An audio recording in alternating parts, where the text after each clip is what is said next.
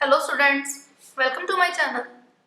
I am here with an important topic of physics of your class plus 2 and the topic name is electric field intensity due to uniformly charged circular ring. तो हमने यहाँ electric field intensity find करनी है uniformly charged circular ring के लिए and that you no कि हम electric field जो है उसको ऑलरेडी डिस्कस कर चुके हैं। तो इलेक्ट्रिक फील्ड हमने डायपोल का फाइंड किया था। तो इस केस में हमने क्या करना है, एक रिंग के ऊपर चार्जेस को कंसिडर करना है। तो हमने वो रिंग के ऊपर अगर चार्जेस हैं तो उसके लिए कितना हमारा एक पॉइंट पे इलेक्ट्रिक फील्ड की वैल्यू बनेगी वो फाइंड करनी है। तो उसके लिए हम सबसे पहले देखते हैं कि हमने जो कंसिडर करना है, जो हमने लेना है यहाँ पे असम्पशंस वो क्या है। सबसे पहले मैंने ये कंसिडर किया कि मेरे पास ये एक रिंग है with its center O। तो ये जो रिंग है ये क्या है, यूनिफॉर्मली चार्ज है। तो मैंने इसे क्या है पॉजिटिव चार्ज दे दिया। तो मैंने क्या है इसको यूनिफॉर्मली चार्ज कर दिया। यूनिफॉर्मली चार्ज मतलब चार्जेस जो हैं वो इक्वली स्पेस हैं इस रिंग पे। तो अब हमने करना क्या है, हमने इस चार्ज रिंग की वजह से इलेक्ट्रिक फील्ड इंटेंसिटी फाइंड करनी है किसी भी पॉइंट पे।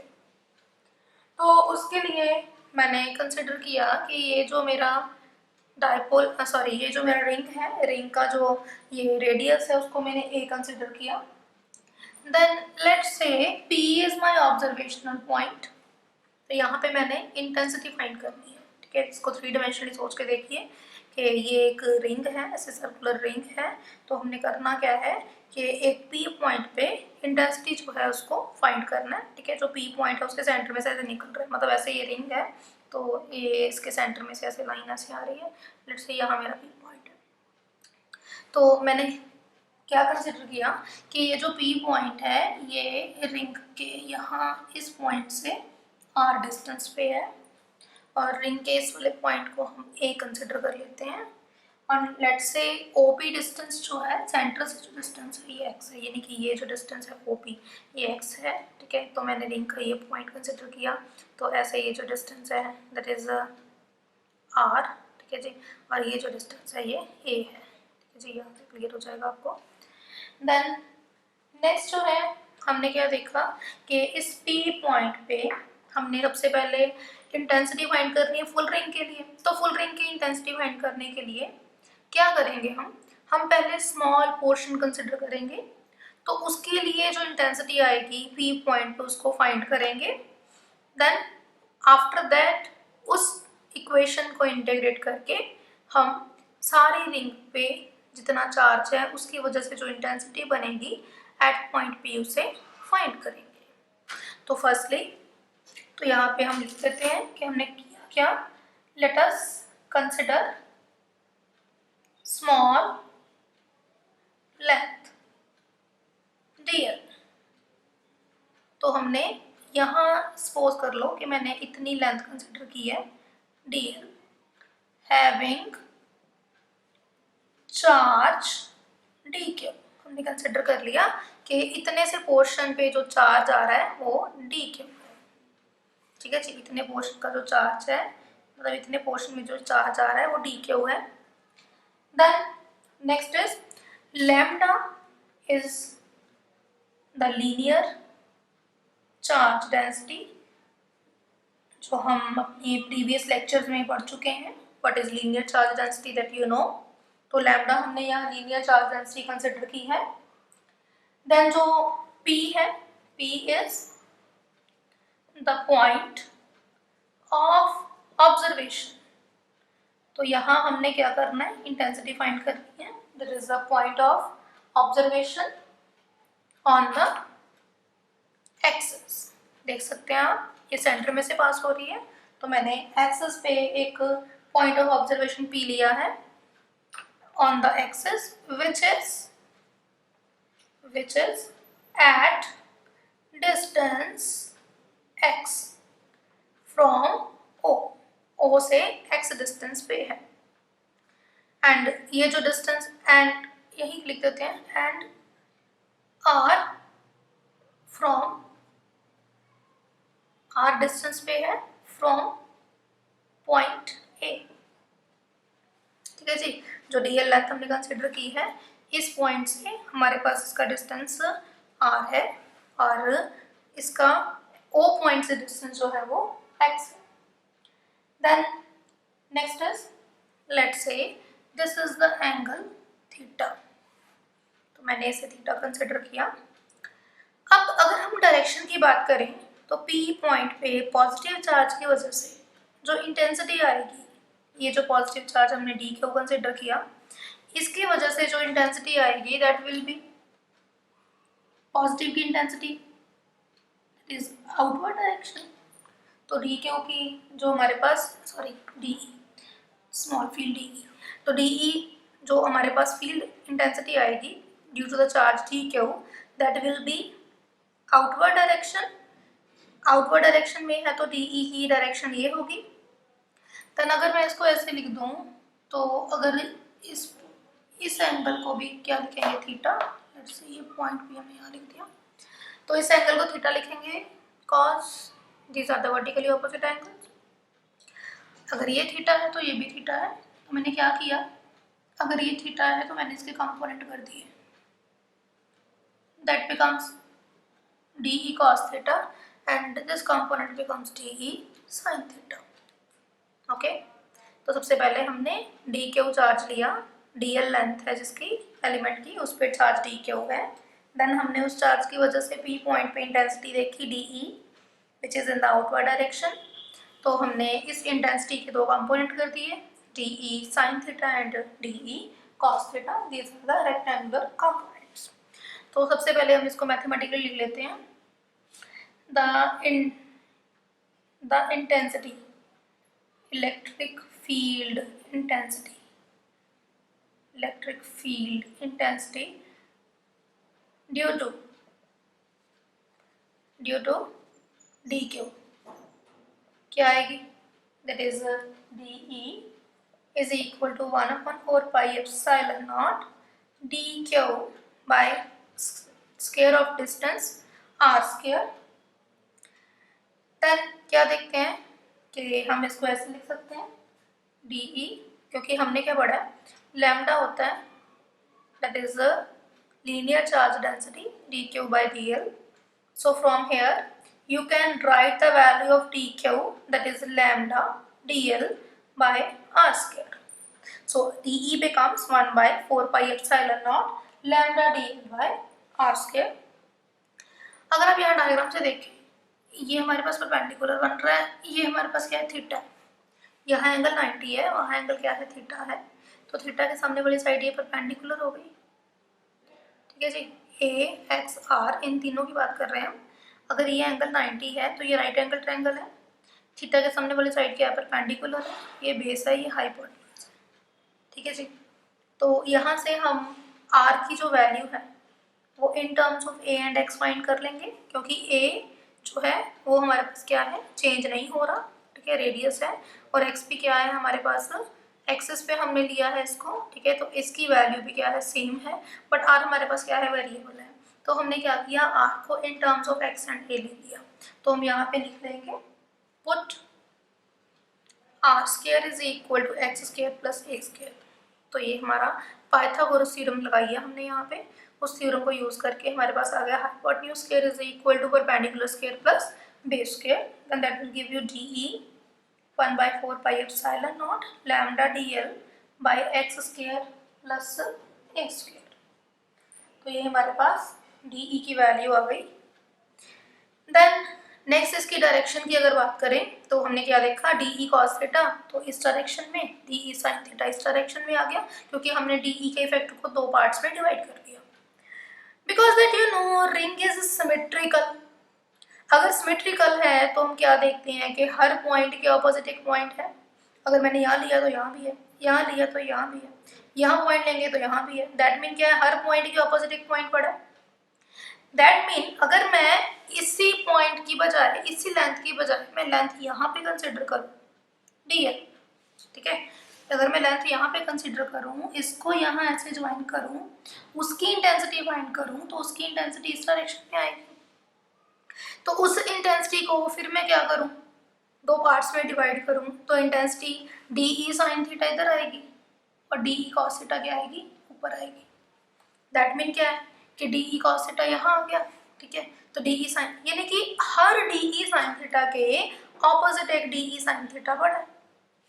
You can see from the figure, d e sine theta, इसके opposite d e sine theta, क्योंकि रिंग के हर पॉइंट के ऑपोजिट एक पॉइंट है। दैट मीन क्या है कि हमारे पास डी ई साइन थीटा सारे क्या हो जाएंगे, कैंसल आउट हो जाएंगे, ठीक है जी।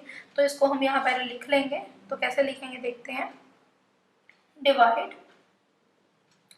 D E into two rectangular components, rectangular components में हमने इसको डिवाइड किया, then we get first is d E cos theta, that is vertically upward,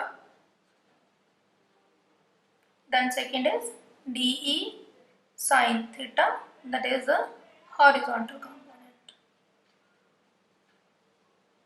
okay, तो क्या देखा कि ऐसे डिवाइड करने से DE cos theta vertically upward आया, DE sin theta horizontal component है। As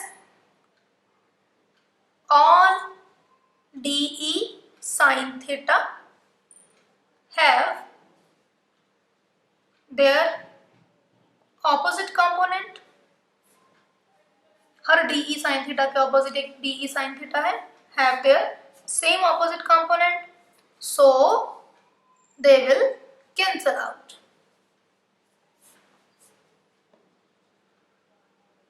They will cancel out.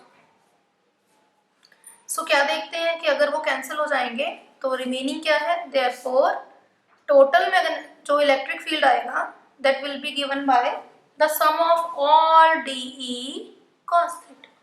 तो टोटल जो हमारे पास आया हमारा electric field, then that is due to the sum of all DE cos theta. तो यहाँ पे हम क्या करेंगे, इसको ऐसे भी लिख सकते हैं, integration of DE cos theta, then that will give you electric field E is equal to, value fill कर देंगे हम फर्स्ट इक्वेशन को यूज करके, that is 1/4 pi epsilon naught lambda dl by x square plus a square। Similarly हम यहाँ से cos theta की value निकाल लेंगे from the diagram. cos theta की वैल्यू कैसे निकालेंगे, that is based upon hypotenuse, that is x by r, and r की वैल्यू फिर हम यहाँ पे फिल कर देते हैं। Instead of r you can write it as x square plus a square under root, इसको यूज कर रही हूँ मैं r की जगह पे, यहाँ पे आ गया x square plus a square under root। तो ये मेरे पास फाइनली E की इक्वेशन बन गई। तो हम इसको सॉल्व करेंगे और इंटेंसिटी को फाइंड करेंगे। तो ये पॉइंट बहुत ही इंपॉर्टेंट है, इसको माइंड में बिठा लीजिए कि हमने कैसे इसको डिवाइड किया और हमारे पास DE sin थीटा जो कंपोनेंट है वो सारे कैंसल आउट हो गए हैं और सिर्फ जो रिमेनिंग है that is DE cos theta. तो सारे DE cos थीटा को आपस में हमने एडअप करके टोटल इंटेंसिटी निकाली। तो इंटेंसिटी क्या बनेगी, जो हमारे पास कांस्टेंट टर्म्स हैं उन्हें हम आउटसाइड ले आएंगे, that is 1/4 pi epsilon naught lambda, ये सारे कांस्टेंट हैं।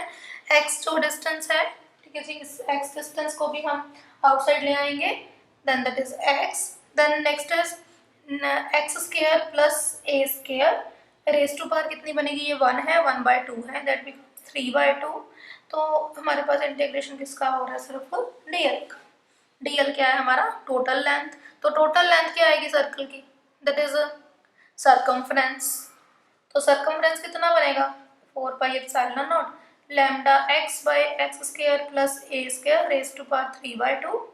तो dl की value 2 pi a, that is the total electric field intensity, that is 1/4 pi epsilon naught x lambda into 2 pi a upon x square plus a square raised to power 3/2।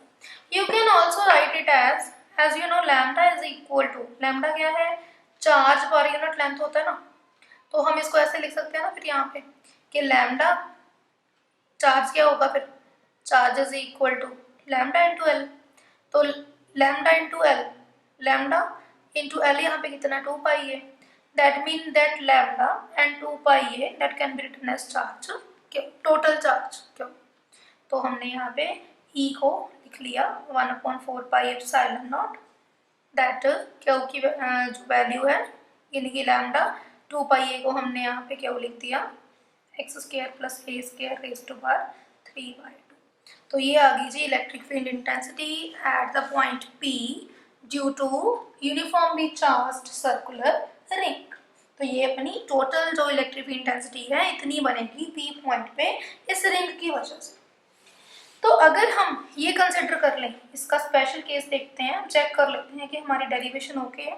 अगर मैंने ये मान लिया कि जो x डिस्टेंस है वो बहुत बड़ा है कंपैरेटिव टू a, रिंग बहुत स्मॉल है, रिंग का रेडियस बहुत स्मॉल है comparative to the distance of observational point from the centre, means x is much greater than a। तो इंटेंसिटी क्या बनती है देखते हैं। 1/4πε0 एक्स क्यूब। दैट मीन क्या है कि मैं x के कंपैरेटिव a को नेग्लेक्ट कर दूंगी, तो x के कंपैरेटिव तो मैंने क्या किया a को नेग्लेक्ट कर दिया, ठीक है जी। तो ये क्या बनी, a को 0 कर देंगे तो ये बनी x² raise to power 3/2 means x cube बन गई, एक x कैंसिल होके। तो आंसर क्या आया 1/4πε0 q/x²। अगर आप ध्यान से इस रिजल्ट को देखो तो ये रिजल्ट हमारे पास वही आता है जो हमने सिंपल एक पॉइंट चार्ज के लिए इंटेंसिटी फाइंड की, दैट इज 1/4πε0 q/r² और x²। तो क्या देखते हैं कि इंटेंसिटी की वैल्यू सेम आएगी रिंग के लिए अगर हम उसे ये मान लें कि रिंग बहुत स्मॉल है। That mean in this case that ring that will behave as point charge, because intensity जो है उसकी वैल्यू पॉइंट चार्ज के लिए जितनी आती है उतनी ही आ रही है। तो इसमें क्या देखते हैं कि जो वैल्यू आएगी दैट मीन हमारा रिंग जो है वो पॉइंट चार्ज की तरह बिहेव करेगा। देन नेक्स्ट इज, अगर हम ये कंसिडर कर लें कि x की वैल्यू 0 है तो सेकंड स्पेशल केस देखते हैं हम। तो सेकंड स्पेशल केस में मैंने क्या कंसिडर किया कि मेरे पास जो वैल्यू है x की 0 है।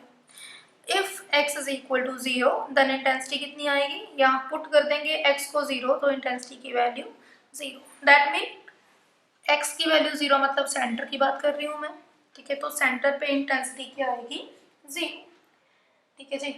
तो नेक्स्ट अगर हम मैक्सिमम इंटेंसिटी फाइंड करना चाहते हैं कि मेरे पास मैक्सिमम जो इंटेंसिटी है वो कहाँ आएगी, कितने डिस्टेंस पे आएगी, तो उसके लिए हम क्या करेंगे, मैक्सिमम वैल्यू फाइंड करने के लिए हम क्या करेंगे, इसका जो डेरिवेटिव है विद रिस्पेक्ट टू डिस्टेंस उसे हम इक्वल टू 0 कर लेंगे। Then that will give you the point where the intensity is maximum.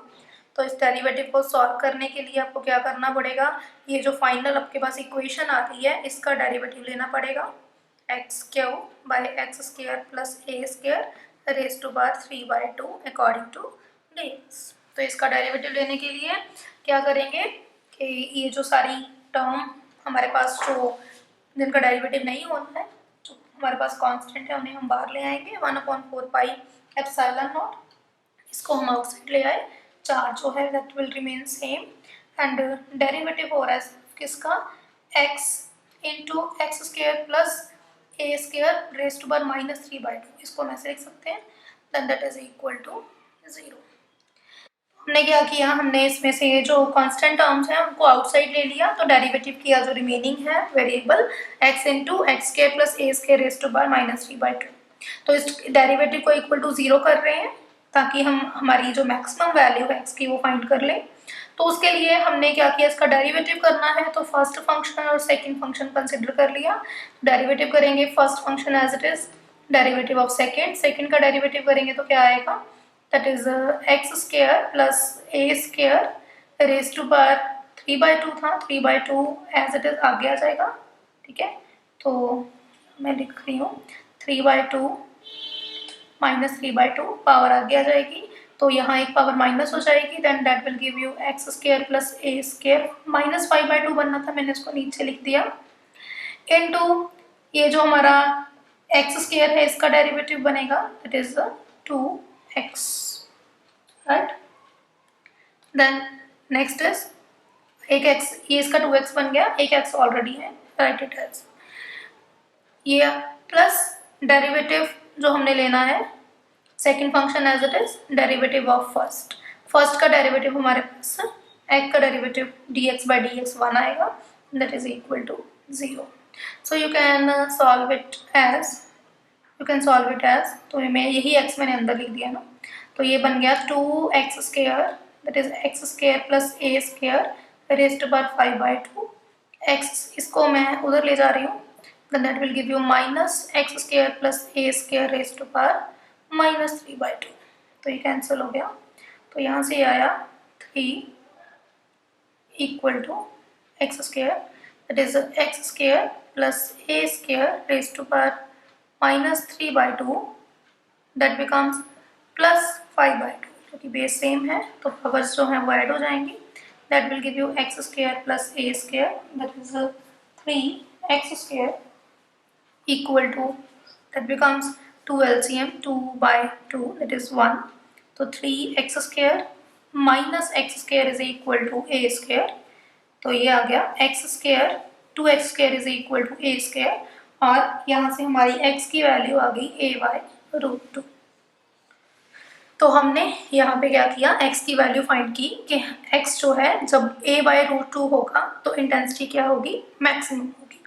That mean ये रिंग की ये जो चार्जेस हैं इसकी जो इंटेंसिटी है वो मैक्सिमम आएगी जब हमारे पास ये डिस्टेंस जो है वो कितना होगा, a/√2 होगा. तो ये आप इसको प्रैक्टिस कीजिए इस डेरिवेशन को. That is a very important derivation according to your board and competitive exams also. And इस तरह की जो इंटरेस्टिंग वीडियोस हैं इसके लिए आप हमारे चैनल को फॉलो करिए, सब्सक्राइब करना मत भूलिए. Also share and like my video. If you have any query, any doubt related to this video, this topic or any topic of physics, then please write in the comment box. I will definitely reply you. Thank you for watching.